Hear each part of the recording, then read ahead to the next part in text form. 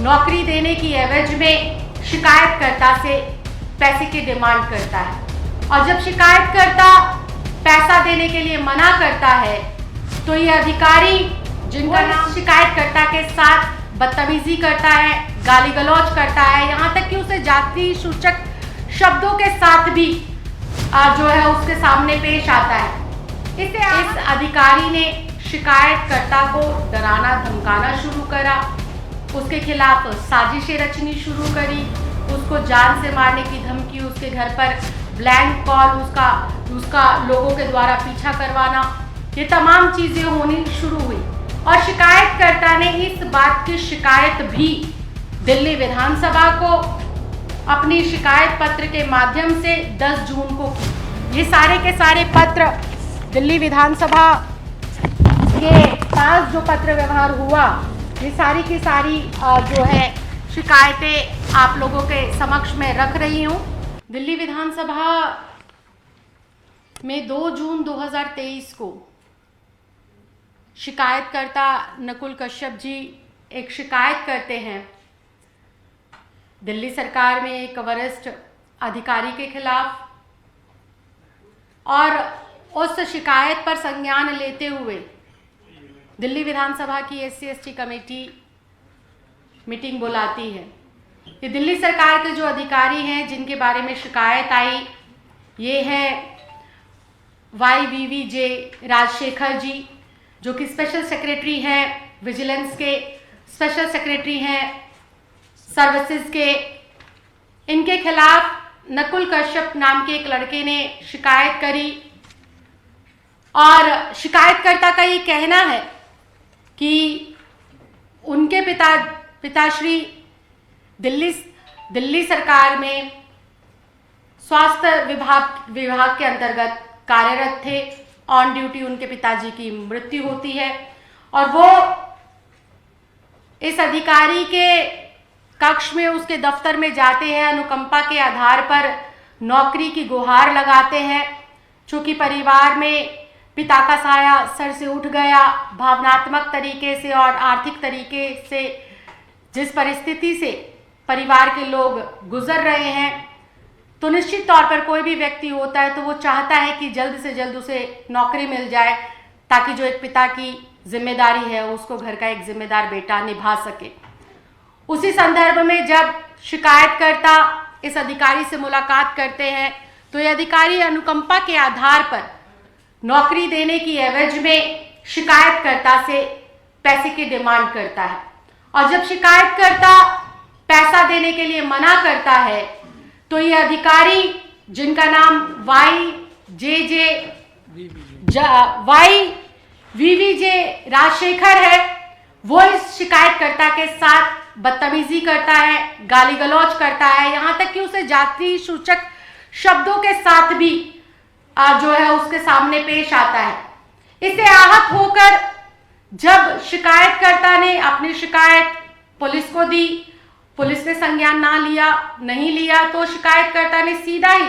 दिल्ली विधानसभा के समक्ष, स्पीकर साहब के समक्ष 2 जून को अपनी पहली शिकायत दर्ज कराई। पहली शिकायत के आधार पर दिल्ली विधानसभा की SC/ST कमेटी ने जो है 6 जून को मीटिंग जो है कॉल करी शिकायतकर्ता की शिकायत को आधार मानते हुए, और इस मीटिंग के अंदर YVVJ राजशेखर जी को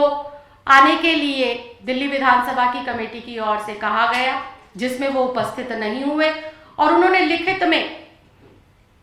कमेटी के समक्ष 2 हफ्ते का समय मांगा। कमेटी की ओर से दबाव बनता देख, कमेटी की ओर से, दिल्ली विधानसभा की ओर से संज्ञान लेते हुए देख, इस अधिकारी ने शिकायतकर्ता को डराना धमकाना शुरू करा, उसके खिलाफ साजिशें रचनी शुरू करी, उसको जान से मारने की धमकी, उसके घर पर ब्लैंक कॉल, उसका लोगों के द्वारा पीछा करवाना, ये तमाम चीज़ें होनी शुरू हुई। और शिकायतकर्ता ने इस बात की शिकायत भी दिल्ली विधानसभा को अपनी शिकायत पत्र के माध्यम से 10 जून को की। ये सारे के सारे पत्र दिल्ली विधानसभा के पास जो पत्र व्यवहार हुआ, ये सारी की सारी जो है शिकायतें आप लोगों के समक्ष में रख रही हूं। और 10 जून को जो शिकायतकर्ता ने शिकायत रखी उसका संज्ञान लेते हुए SC/ST कमेटी ने फिर 13 जून को जो है मीटिंग बुलाई, जिसके समक्ष बहुत ही संगीन चूंकि शिकायत थी, शिकायतकर्ता ने बहुत ही संगीन आरोप अपने पत्र के अंदर लिखे थे, तो कमेटी ने इस बात को समझा कि दोनों लोगों को, शिकायतकर्ता को और जिसके खिलाफ शिकायत है उनको आमने सामने बुलाकर इस बात का संज्ञान लेना चाहिए। लेकिन विडंबना इस बात की है कि शिकायतकर्ता 13 जून की मीटिंग में उपस्थित होते हैं और वो बाकायदा ओथ पत्र, शपथ पत्र पर इस बात को कहते हैं, शपथ लेकर इस बात को कहते हैं कि उन्होंने जो 10 जून को जान से मारने की धमकी, डराने धमकाने, पीछा करने और कंप्लेंट वापस लेने के लिए जो दबाव इस अधिकारी के द्वारा बनाया जा रहा है, मैं जो भी कमेटी के सामने कह रहा हूं, शपथ पत्र पर उसने लिखकर दिया है कि ये मैं सत्य कह रहा हूं। ये सब बातें देखते हुए 14 तारीख को कमेटी ने दिल्ली पुलिस के कमिश्नर साहब को एक चिट्ठी लिखी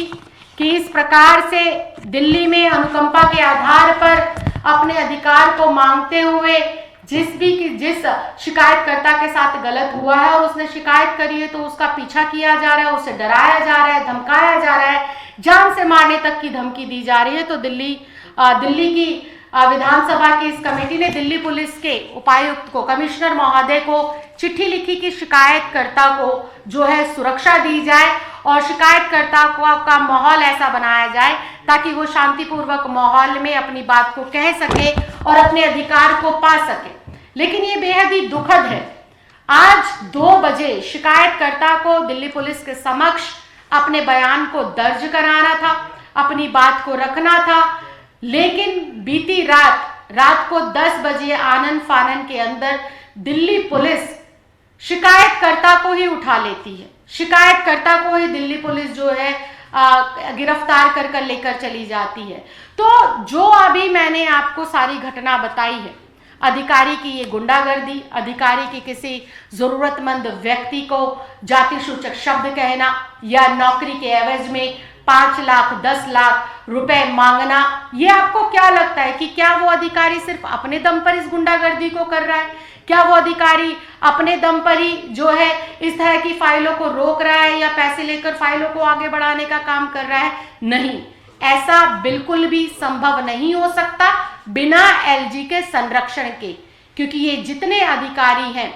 जो इस तरह से हरकतें कर रहे हैं, दिल्ली सरकार के काम को रोकने का प्रयास कर रहे हैं, बार बार जरूरतमंद लोगों के कामों को रोकने का प्रयास कर रहे हैं, निश्चित तौर पर LG साहब के संरक्षण के बिना इनकी ये हिम्मत नहीं हो सकती और LG साहब के संरक्षण के बिना ये करना इनका बिल्कुल भी इस बात की संभावना नहीं है। तो आज LG साहब का एक बार फिर से ये चेहरा उजागर होता है कि किस प्रकार से वो दिल्ली सरकार के अधीन आने वाले जरूरतमंद लोगों का काम रोकते हैं, जरूरतमंद लोगों से भ्रष्टाचार के माध्यम से पैसे की डिमांड करी जाती है। और ना सिर्फ दिल्ली सरकार, ना सिर्फ ऐसे कुछ अधिकारी जो लोगों के कामों को रोकने का प्रयास करते हैं या लोगों को के बीच में डराने धमकाने का जो है डर का माहौल बनाने का काम करते हैं, बल्कि दिल्ली पुलिस भी जो पूर्ण रूप से केंद्र सरकार के अधीन आती है, एक दलित की शिकायत को वापस लेने के एक दबाव बनाने के लिए, एक दलित बेटे को, एक पीड़ित व्यक्ति को जिसके पिताजी का ऑलरेडी स्वर्गवास हो गया है, वो उसका परिवार पहले ही भावनात्मक तरीके से कितना टूटा हुआ है, आर्थिक तरीके से वो परिवार किस प्रकार से जूझ रहा है, ऐसे परिवार को सपोर्ट करने की बजाय, ऐसे युवक को सपोर्ट करने की बजाय उस युवक को जान से मारने की धमकी देना या फिर अपनी कंप्लेंट वापस लेने के लिए उसको रातों रात गिरफ्तार कर लेना, दिल्ली पुलिस हो, LG हो या इस प्रकार के जो अधिकारी हैं, ये बिल्कुल भी इन तरह के कामों को अंजाम नहीं दे सकते अगर केंद्र सरकार का आशीर्वाद या संरक्षण इनको प्राप्त ना हो। ये वाकया बिल्कुल ऐसा है जैसा बीते दिनों हमने दिल्ली में अपने खिलाड़ियों के साथ देखा। खिलाड़ियों ने आंदोलन करा, खिलाड़ियों ने जो है अपनी आवाज एक मजबूत बाहुबली व्यक्ति के खिलाफ उठाई, लेकिन पूरा का पूरा शासन प्रशासन उन खिलाड़ियों के ही खिलाफ खड़ा हो गया और जो आरोपी है उसको संरक्षण देने का जो है पूरा का पूरा प्रयास किया गया। आज दिल्ली में फिर से ये साबित होता है कि जो हमारी केंद्र में बैठी हुई मोदी सरकार है, जो हमारे दिल्ली के एलजी साहब है और जो इस तरह के अफसर हैं, ये पूर्ण रूप से दलित विरोधी और आम जनता के विरोध में काम करने वाले लोग हैं। और ये बात सिर्फ कोई पॉलिटिकल बात नहीं है। अगर मैं आज दिल्ली विधानसभा के परिसर में इस तरह की प्रेस कॉन्फ्रेंस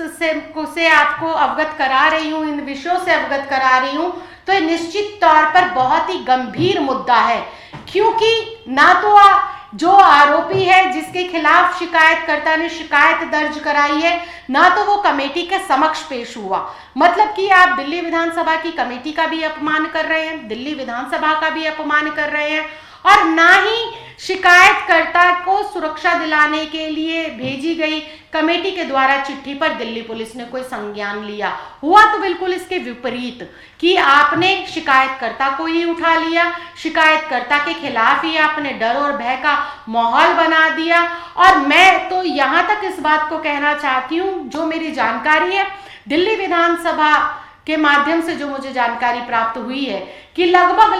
अनुकंपा के आधार पर नौकरी पाने वालों की ऐसी 300 से 350 फाइलें दिल्ली सरकार में इस जो है अधिकारी के अंतर्गत आती है। और अगर ये किसी से नौकरी की एवज में 5 लाख से 10 लाख रुपए की डिमांड करते हैं, तो लगभग प्रत्यक्ष तौर पर 15 से 30 करोड़ रुपए का घोटाला एलजी के संरक्षण में ये अधिकारी कर रहे हैं। इस बात की भी जांच होनी चाहिए और इस बात की भी जो है पूरी की पूरी पुष्टि होनी चाहिए कि ये अधिकारी क्या सिर्फ अपने लिए या अपने आसपास जो लोग हैं उनके साथ मिलकर इस तरह के षड्यंत्रों को रच रहे हैं, या बड़े अधिकारियों के साथ साथ एलजी साहब की भी इसमें कोई मुख्य भूमिका है। मैं दिल्ली पुलिस से भी ये कहना चाहती हूँ इस प्रेस वार्ता के माध्यम से कि ये जो नकुल कश्यप है इसको सुरक्षा भी दी जाए और इसके केस को की मजबूती को देखते हुए संज्ञान ले तुरंत प्रभाव से। ये जो अधिकारी है YVVJ राजशेखर, इसकी तुरंत प्रभाव से गिरफ्तारी भी होनी चाहिए और जो है मजबूती से इस शिकायतकर्ता की शिकायत को लेना चाहिए। इसके साथ साथ मैं ये भी कहना चाहती हूँ कि अनुकंपा के आधार पर इस बच्चे की, इस युवक की जो ये मांग है, जो इसकी मांग पत्र है, उसको देखते हुए इसको तुरंत प्रभाव से इसकी नौकरी भी मिलनी चाहिए। बहुत बहुत धन्यवाद।